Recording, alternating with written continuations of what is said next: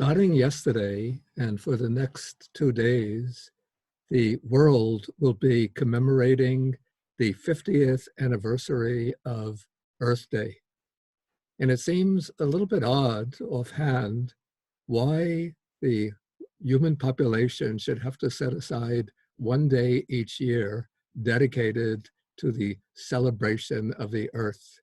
We certainly don't have anything like a celebrate our home day, celebrate our house day, and yet the Earth is the home for all of us. And so it should be natural that we just respect and preserve the Earth. And ironically, we had to set apart a particular day in which we commemorate the Earth.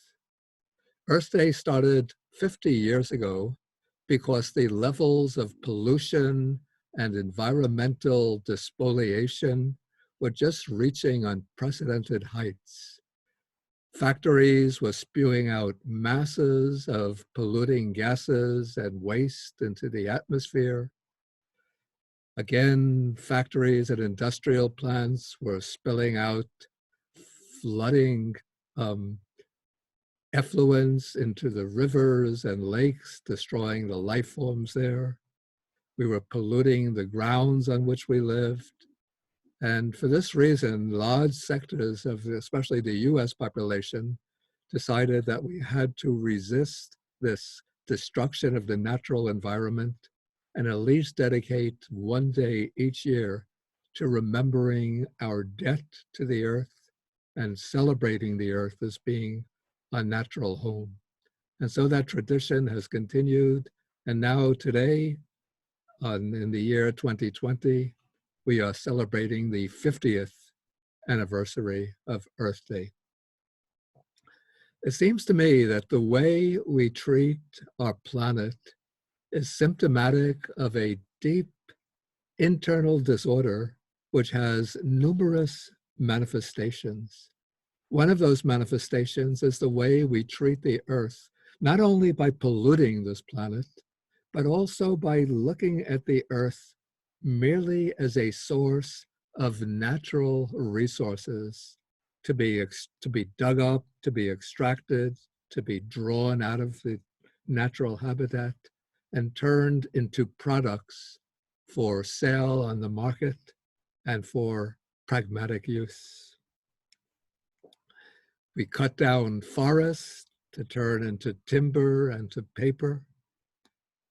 We dig up the earth to get minerals for technological equipment. We extract the oil and gas reserves from below the surface of the earth. And we dispel and expel the waste into the surrounding atmosphere, water, and soil without concern for long-term future consequences. But by the same token, just as we abuse and ruin and spoil and desecrate the earth, in the same way, human beings exploit and subjugate and subordinate and discriminate against one another. We don't regard people as being of inherent value, but we, at least certain segments of our population, see themselves in a relationship of competition with others and try to get control of others and turn others into mere sources for turning out wealth to enrich themselves. And so that way we have these vast disparities in wealth between the small, ultra-rich, super-rich, multimillionaires and billionaires, the heads of corporations, heads of the financial sector, and the great masses of people, whether in the United States or in other countries, who are seen merely as workers or as consumers, to be exploited for their labor, to be turned into customers for purchasing products. And then when their labor is of no further use, to be discarded, to be rejected, and to be denied any kinds of benefits to protect and safeguard themselves. And so we treat the planet, we treat people and other life forms, non-human life forms, are also treated as mere commodities. And thus the meat sector, industrial meat production, treats animals just as sources of meat. So the animals are raised in these cramped quarters, these industrial farms, from birth until they're ready for slaughter. They are just cramped into these tight quarters. No concern is shown to their well-being, to their health.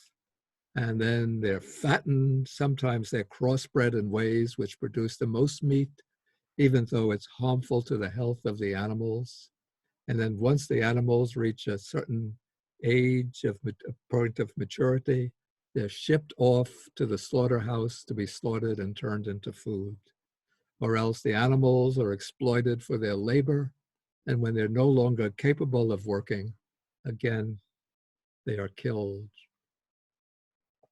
And so we see this distortion of value taking place in the human relationship to the earth, that is to the inorganic planet, the inorganic side of the planet, in our relationship to non-human forms of life, and in the relationships between people and people, whereby those in quest of wealth, profits, and power subordinate, subjugate, and exploit other human beings, denying them their basic social and economic rights, providing them merely with the minimal resources they need to survive at the most basic level. And when they're no longer of any use, neglecting them, discarding them, letting them die.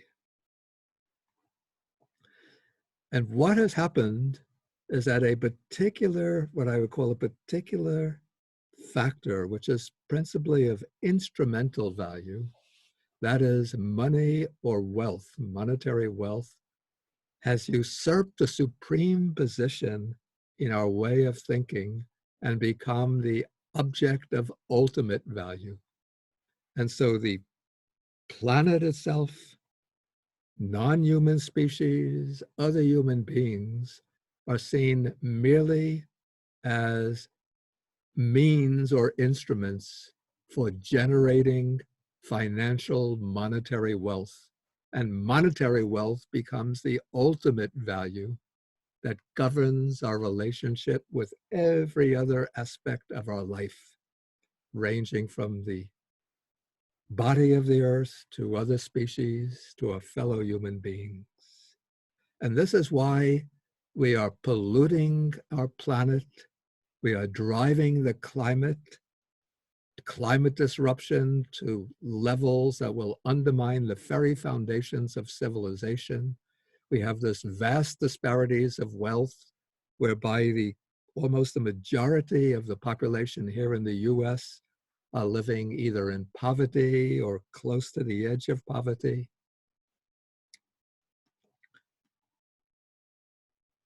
And this, I would say, is a serious departure, a kind of betrayal of the potential that life offers to us. And so to transform our social system away from this exploitive relationship, this relationship of domination and subjugation, what we need is not simply more regulations, rules, and laws. Of course, those are necessary as short-term measures, but for the long term, we need a fundamental shift or transformation in our ways of thinking, our ways of perceiving the world, perceiving other human beings, and perceiving ourselves, thinking about ourselves. We have to shift the center of our concern from acquiring more and more means to enjoyment, that is monetary wealth, and make the focus, the center of ultimate concern, the well-being of our planet, other life forms, and other human beings. And this means that we have to regard each of these spheres as possessing inalienable, intrinsic value, as being a source of inherent dignity. We have to respect and revere the earth. Of course, we'll have to depend upon the resources of the earth, but we have to recognize limits. We have to recognize the limits in which we operate in order to preserve a viable planet that can sustain ourselves throughout the planet, all human beings on this planet, and can sustain future generations. We have to recognize the inherent dignity of other life forms, particularly the animals. And particularly, I would recommend a shift towards a vegetarian or even a vegan diet away from the consumption of meat, and treat animals with care and concern, even looking after their health and well-being. And then in the human realm, we have to establish economic and social systems which will respect and recognize the inherent dignity of every human being, regardless of ethnic origins, race, religion, nationality, and so on. We have to work together to create a human society that will give the opportunity for every person to flourish, untap, and realize their full potentialities. We can't say that this is too expensive. We have the means to do it. If we were to take even a fraction of the money that we're now investing in military expenditures, if we were to impose taxes upon the rich, the ultra-rich, and on corporations to create a larger fund of public resources, we could create the public infrastructure, the social services, the means of international aid that will cure hunger, which will help to rectify diseases and illnesses, and provide much higher degrees of social and economic equity so that everybody will have the chance to realize their full potentials and contribute to the flourishing of human beings on this planet. So on this 50th anniversary of Earth Day, let us make a firm determination to work together to transform our ways of thinking, our ways of viewing the planet, life, and ourselves, and work together to transform our political systems, the major stumbling block, so that we create a politics dedicated to the flourishing of humanity, rather than a politics that favors a few at the expense of the great majority and at the expense of the natural, vital sources of the earth itself. May all blessings be with you.